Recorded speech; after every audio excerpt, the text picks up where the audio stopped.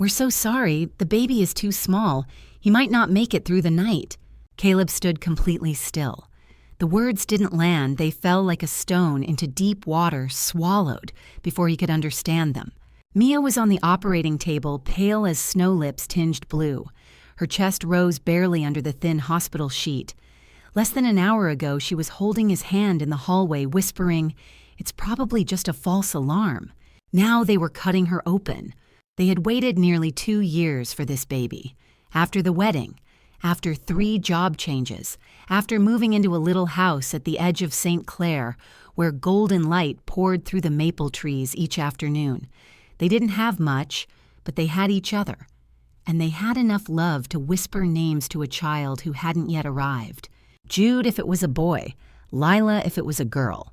Just last week, Caleb had finished painting the nursery a soft ash gray.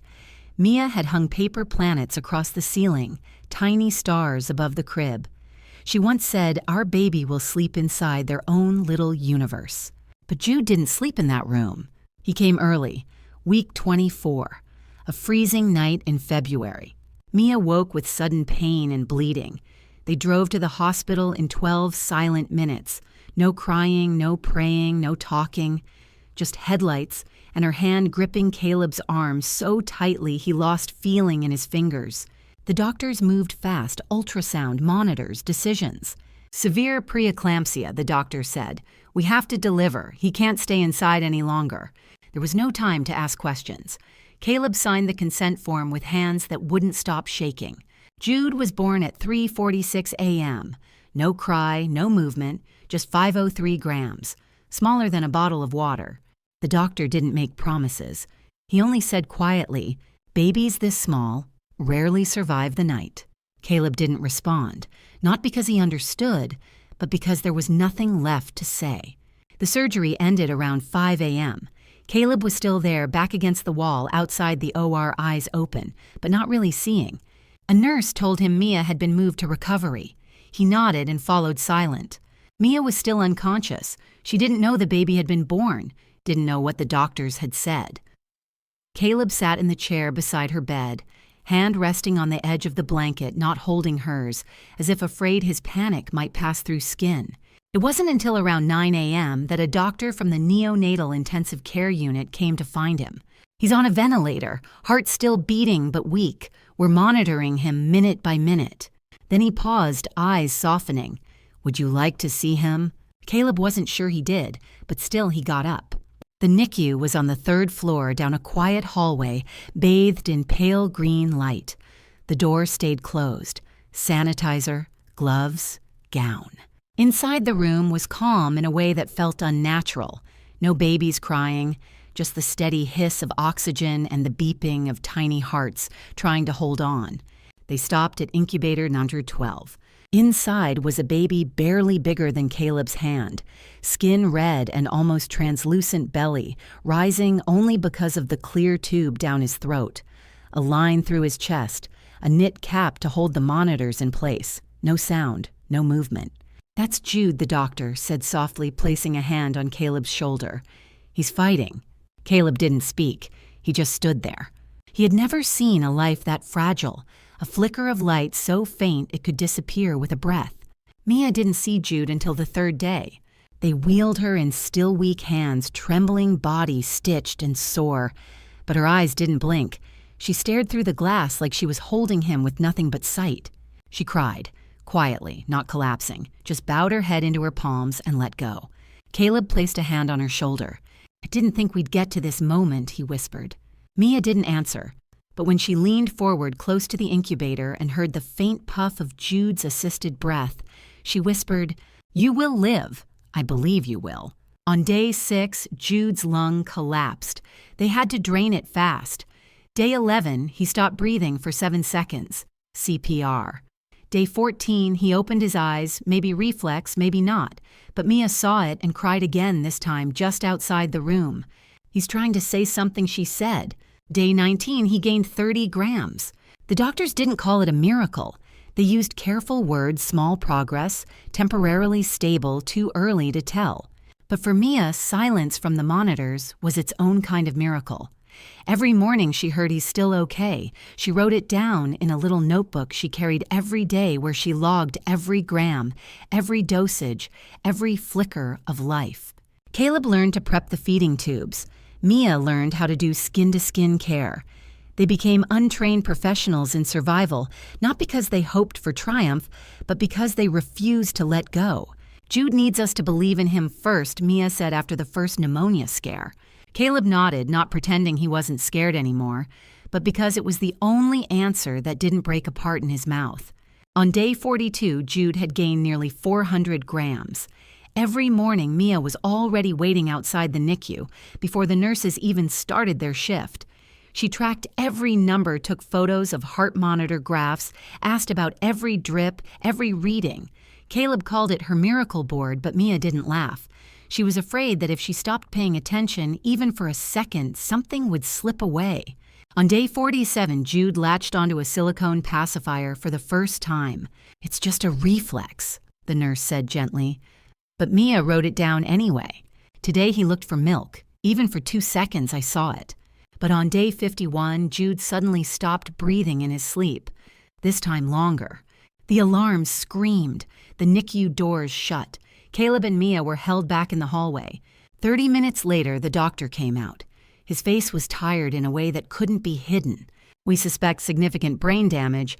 He was deprived of oxygen for too long. It was the first time Mia didn't ask anything. She just went quiet, her hands resting over her stomach like trying to find some memory of Jude still safe inside her. The next day, they took Jude in for an MRI. The results came on day 54. The doctor brought them into a private room. No blinking monitors, no beeping machines, just a scan, a chart, and a voice that broke something inside. There's serious damage to the central brain. It's very likely Jude will never walk, never speak, never respond like other children. Mia blinked slowly. Caleb nodded. Then came the part that stole the air from the room. "We need to ask, do you want to continue full life support?" That question didn't sound like love. It wasn't about praying for a miracle anymore. It was about choosing whether to keep a life going, one that might never open its eyes, never know his own name, or to let him go gently before his body wore itself down. Mia sat on a wooden bench outside the hospital that whole afternoon. Pale sunlight touched her ankle. She didn't cry, didn't break, just opened her notebook and read it again page by page. Day 6, resuscitated after flatline.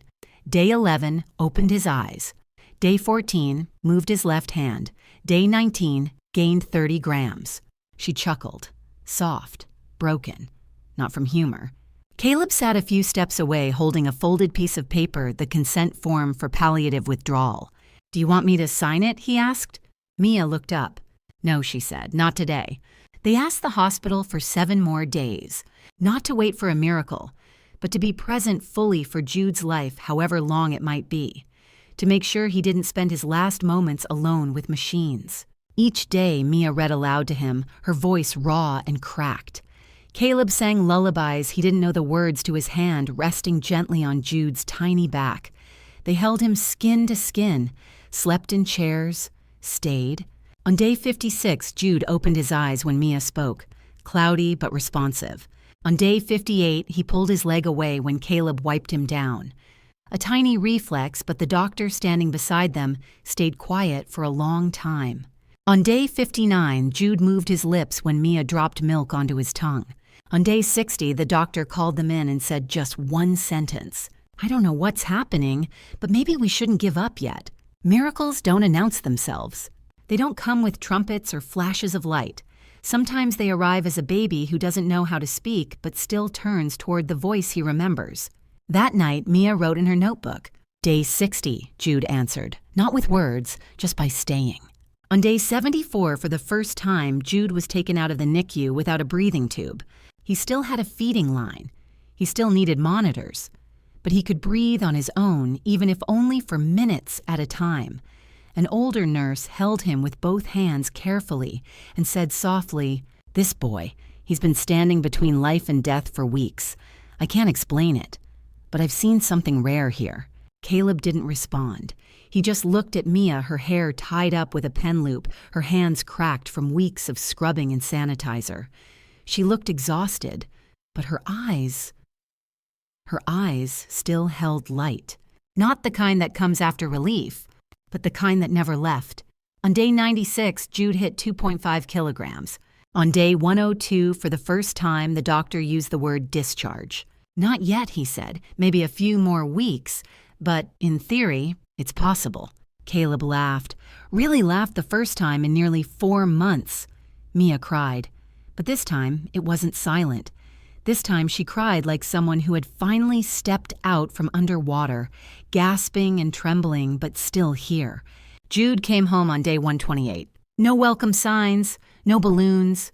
Just a quiet afternoon, Caleb unlocking the door to the little house in St. Clair with his wife and son beside him. The second bedroom was ready again. The crib was still there. The paper planet still spun quietly under the ceiling fan. For the first time, Jude was laid down on the blanket Mia had bought during her 5th month of pregnancy, the one with a sleeping bear and the words, "You are so very loved."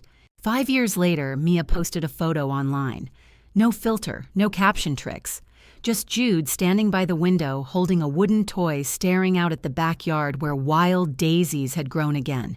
He was still slower than other children, still had therapy, still struggled to speak clearly. But when Mia called Jude, he turned, smiled, and ran toward her wobbly, uneven perfect. Beneath the photo, she wrote one line. Not all miracles arrive with fireworks. Some just need a mother who didn't let go. No one remembers the date of Jude's birth anymore. On paperwork, it's just a number. But for Caleb and Mia, it was a season, a stretch of time where the word hope had to be rewritten. They didn't survive because they believed in a miracle. They survived because they didn't leave. Not when it was quiet, not when it was scary, not when the world said, prepare to let go. Jude is not a symbol of strength. He is a reminder that the most fragile things can stay if they're held with the kind of love that doesn't make headlines. Every year on day 128, the 3 of them go back to St. Clair Hospital. They leave a small folded paper under the angel statue in the back garden. No one knows what's inside, it's for them. But this year, a nurse picked it up after it got wet in the rain. The writing had smudged a little, but she could still read the words. Thank you for not turning off the light even when we thought we were lost.